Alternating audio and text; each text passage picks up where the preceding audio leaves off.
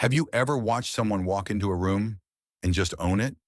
No fancy clothes, no loud voice, just pure, quiet confidence. And then you wonder, why can't I do that? Here's the truth. They're not born with it. Confidence isn't magic, it's science. And you can build it step by step.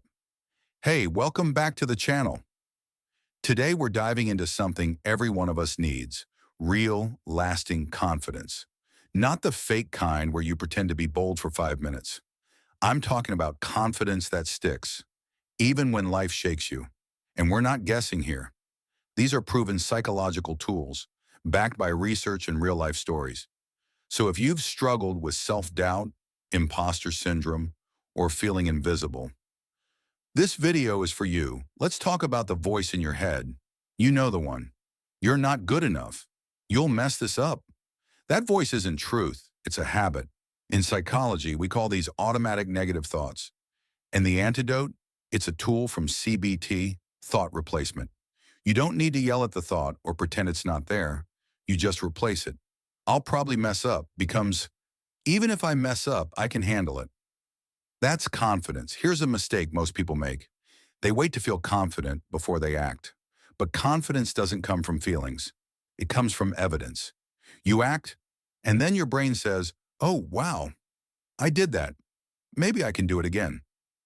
This is called mastery experience in psychology. Start small, speak up once. Take one small risk. You'll start collecting proof that you're more capable than you think. Let's flip it. Want to feel more confident in your mind? Start with your body. Research from Amy Cuddy shows that standing in powerful poses, arms wide, chest open, can shift your hormones. Testosterone goes up, cortisol drops. You literally feel stronger just by changing how you stand. Before your next big moment, try it. Stand tall, breathe slow, let your body teach your brain how to feel safe. Top athletes use this next tool every day. Mental rehearsal, close your eyes. Picture yourself walking on stage or into that meeting. See your shoulders back, hear your voice steady. Your brain can't fully tell if it's imagined or real. And when the moment comes, it feels familiar. You've already been there, in your mind. Confidence doesn't come from avoiding fear. It grows when you face it. This is called exposure therapy. Let's say public speaking terrifies you.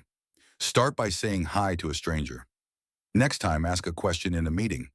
Then try presenting for 30 seconds. Every time you face the thing, it loses power, and you gain strength. Ever failed at something and thought, "Wow, I am a failure"? That's called identity fusion. It's when you tie who you are to what happens to you. Here's a better way. Separate it. You didn't fail because you're not good enough. You failed because you're human and you learn. Let the outcome be feedback, not a verdict. Confidence isn't built in giant leaps. It's stacked. Tiny win by tiny win. Woke up on time? Win. Finished that boring task? Win. Said no when it mattered? Massive win. Every one of those builds your identity, says I'm the kind of person who shows up. And that's unshakable. Real quick, let's kill some myths. You don't need to be loud. You don't need to be perfect. And you definitely don't need to be fearless. True confidence? It's quiet. It's calm. It's built on the belief that no matter what happens, you'll handle it. So here's your mission, your confidence challenge. Pick just one of these tools. Just one. Try it today, even if your hands shake, even if your voice trembles. Do it anyway, because every time you do, you send your brain a signal that says, "I can trust myself." And that is the heart of real confidence. Thanks for watching. If this helped, hit like, leave a comment, and subscribe for more psychology that actually changes lives. You've got this, truly.